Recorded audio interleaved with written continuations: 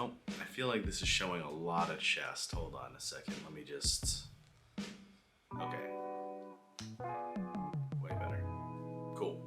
Howdy y'all, I hope you guys are all doing well. I hope you guys are safe and I hope you guys are healthy. My name is Josh and I absolutely love clothing, personal style, and things of that nature. So if you're into that type of content, feel free to subscribe to me on YouTube as well as follow me on Instagram at where's_Galdo. Today's video is going to be primarily about denim. I love denim, and if you've known me for a long time, denim is one of my favorite fabrics because of how it is made as well as how it ages over time and the deterioration of denim through wear alone. And that's going to be what today's video is about.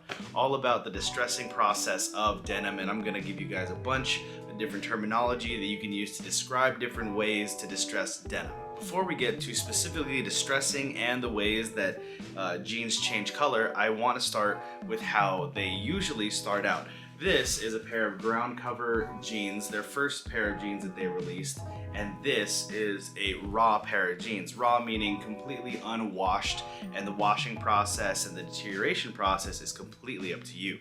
When you buy raw jeans, they can be very stiff, kind of uncomfortable, but they eventually do break into just as comfortable as any other pair of jeans that you own. You just need to put a little bit of TLC into them, and yeah, these are awesome. I've been wearing them quite a while, not necessarily enough to actually have like significant fading on them just yet, but they are completely indigo, navy blue, and they're honestly a really good pair of jeans. This will eventually fade into lighter colors like this pair of rustlers that are considered kind of like a medium wash jean, eventually into something kind of like this, where this is a light wash pair of jeans. When I say wash, I am talking about the overall color of the denim itself, but I also mean literal washing. There is a lot of people that say don't wash your denim, and I definitely think that you can go longer without washing your pair of jeans, but if they start to smell, if they start to see like or show like visible staining and stuff like that, wash your jeans. If you are worried about color fading and everything like that, there are ways around it to kind of get a gentler wash but also get the soap through so that it can actually clean the jeans. I mean, I know some people like live and die by like never ever washing your jeans, your raw denim, but I think that gets kind of gross over time. So definitely, if you're going to wash them, the way I wash my jeans is turn them inside out, cold water, gentle cycle, and then hang dry them, and they turn out just fine for me without too much fading. Now let's get into the meat and potatoes of this video.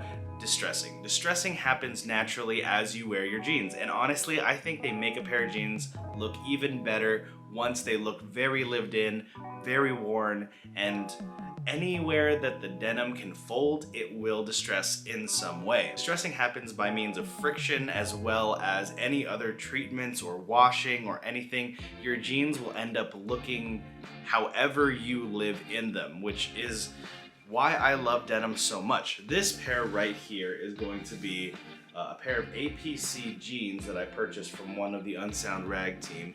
This is a beautiful pair of distressed denim. I don't know if they did the distressing themselves. I know they restructured the pant to give it more of a boot cut, and I really enjoy that. These are a little small on me now, so I don't really wear them as often, but they are a great example of a lot of different types of distressing. I feel like a lot of this video is gonna feel like you're in school going over vocabulary words, but maybe that's exactly what I'm doing here, but in a different form. So, first and foremost, you see just big patches of fading. This is kind of the lap fading that happens just kind of like rubbing your hands on your like thighs and stuff like that, or other things rubbing against your thighs. Up here you get whiskering, which is coming at like kind of the top of your thighs, and as the denim bunches up, it'll start to form these lines right over here, which end up looking really cool texturally. On this pair of jeans, you can kind of see slight kind of arrowing downwards. That's gonna be around the like kind of top of your knee area. These like lines that are kind of pointing towards your knee in an arrow shape are gonna be called chevrons. Actually, it's easier to see on this side. You can see these pretty prominent lines coming from both sides. Around the knee, you get some pretty regular distressing. If you're someone who works a lot, like say very physically, and you're doing a lot of bending and a lot of like crawling, then you'll definitely get a lot of fades around here, and this is where a really large portion of distressing comes, and you eventually get holes in them, and they eventually get repaired just like this. And I'll talk about repairs later on in the video. Actually, here's a better example of knee distressing to the point where there's a hole in them. I really love this pair of jeans, and a lot of it has to do with the actual hole distressing on these jeans. Really cool. I could repair them if I wanted to, but honestly I kind of like the open knee. So still sticking to the front of the jeans, towards the bottom is going to be this distressing right here, and this primarily happens because of stacking. And what I mean by stacking is that whether you're wearing boots, shoes, sneakers, or whatever, depending on the length of your pants, they'll kind of pull on top of the jean and bunch up in kind of strange ways, resulting in this type of distressing. This jean does have a released hem, so it was kind of folded up at one point. And I do have a video on releasing the hem of on my channel, and that's actually one of my best performing videos. So if you want to learn how to release the hem of a pair of jeans, definitely check that out. But yeah, this is what a repaired and released hem looks like. Another area of really common distressing is going to be around the pocket area, because you keep your phone in there, you keep whatever you need in there. Here, I actually did this myself, so just a little repair just so that it isn't too frayed or too wild looking. Now to the back of the jeans, you can get a lot of fading on the seat, which is going to be around the butt area. That's primarily because you're sitting on things a lot, there's a lot of friction, and there is a lot of stretching, I mean depending on how large your behind is, but you get a lot of fading in the seat area, as well as in kind of in between here on the crotch area. If you get holes or friction and this area ends up opening up, it's called a crotch blowout. Now over to the back pockets of these. Depending on what you keep in there, it'll actually, most often it's the back pocket, sometimes it's the front pockets as well, but you'll get outlines of whatever you keep in here. So say it's your phone or wallet, there'll be kind of a phone or wallet outline on your back pocket. On the back of the knee, you see this really pronounced distressing right here. This is called honeycombing, and on this pair it's absolutely beautiful. Going further down the leg, you end up seeing the back of the bottom hem, which actually there is a type of distressing that's gotten really popular as of late that I'll show you on a different pair of jeans. This next pair of jeans is going to be a pair of rustler jeans. It's super stained up with oil or whatever, and this is after I washed them as well, so they're really nicely dirty, I guess you could say. But this pair is really good for showing that back pocket, where it looks like whoever owned this last kept their wallet in that back pocket. And then at the bottom of these jeans is going to be this right here. This is the bottom hem of the right leg, and this has a good amount of heel bite. There's a hole there. I mean, it's a little long, or was a little long on the previous owner, so whatever shoe they had on, whether it was a boot, sneaker, whatever, caught on the bottom and just started tearing up this bottom hem. And if you know Owen Hyatt, and if you're watching my channel, I don't know why you wouldn't know Owen. Really cool dude, really thankful I get to call him a friend, but he loves heel bite, and he gets some super intense heel bite on his pairs of jeans. And one last piece of distressing, or type of distressing, that I can say that I'm aware of. I mean, I don't know everything, so if there's more to this and you guys know more other types of distressing or fading, definitely let me know in the comments down below, or DM it to me on Instagram. But over here on the outseam of the pant, you can kind of see it's distressing towards the meeting of the outseam, and that's going to be called train tracks. Now, with all that being said, as you wear your jeans, of course, they deteriorate over time. Like I've said, they create holes, and what can you do with them? You could get a new pair of jeans. Some people are just not a fan of distressing to the point of holes. It looks to them a little messy. I actually love it. I love when jeans are worn so much that they're almost falling apart, and at that point, I love to repair my jeans. Either I do it myself, or I'll bring it to someone that I trust to patch a hole. But there's various ways to actually repair a hole or excessive distressing on a pair of jeans. One really easy way to actually repair a pair of jeans or a hole is going to be just with a regular zigzag stitch. Over here, actually wrong pocket, over here is going to be one where there was a hole developing in the bottom of the back pocket, so I went ahead and just zigzag stitched that closed, and it's nice and secure. Well, if it is a hole in a more prominent area, or more articulated area I should say, like around the knee, then you can actually put a piece of reinforcing fabric and then go ahead and zigzag stitch that in, which is right over here.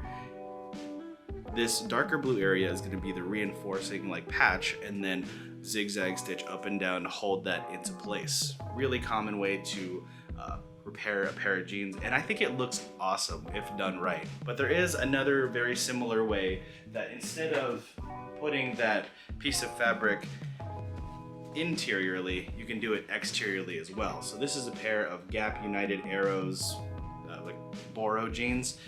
Really cool. I don't know what year they came out, but you can see there's a large patch, this brown patch, and then a zigzag stitch holding it into place. Completely up to you. Both work just fine, and both give completely different looks.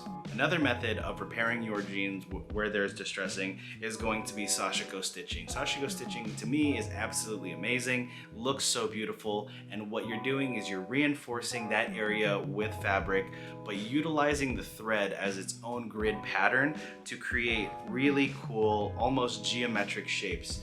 This is a pair of John Elliott denim, and this has sashiko stitching done, and as you can see, there are pretty much uniform lines that are holding that are holding the reinforcement fabric into place, and you can see that it kind of creates a really cool texture in the jeans itself, and it also has it up here. For this pair of gray denim, they are pretty tonal, which is totally fine by me. In other cases or instances, they can be very prominent. I did it myself. I used white stitching for this area, and it just pops. I mean, the color itself is just showing the repair that I did, and some people want it to be a little bit more prominent, other people would want it to be a little bit more subtle. I think this looks awesome. And there's actually one more pair of jeans that, they're not jeans, but there's one more pair that shows distressing super well. So this is a pair of corduroys that I got in a trade off Grailed, and this has so much distressing and repairs on it.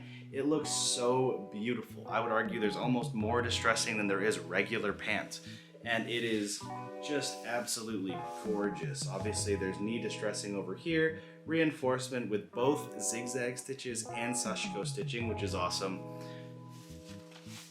There's an external reinforced patch over here, which is zigzag stitched in, and some of these I did myself. Like here on this pocket, I did this sashiko stitching right over here. I also did this external patch. Oh, where'd it go? Yep, external patch right over here. But for the most part, I was not the person who made these jeans. I just kind of supplemented them with my own repairs. And that's the cool thing about distressed jeans, is that you can keep adding to them and they look cooler as you do it. So in a little bit of a nutshell, this is how some jeans will start out, just completely raw, completely stiff. And this is how some of them will end up. It's up to you completely which is better, looks better for you, and which you want for yourself. But honestly, I see the beauty in both. That's pretty much all I have to say about jeans and distressing and the deterioration process of them. I love this topic, so I'm really happy to make this video. I hope you guys found it at least entertaining, if not educational in some way. Thank you guys so much. I really appreciate your time, and I'll catch you guys in the next video. Later.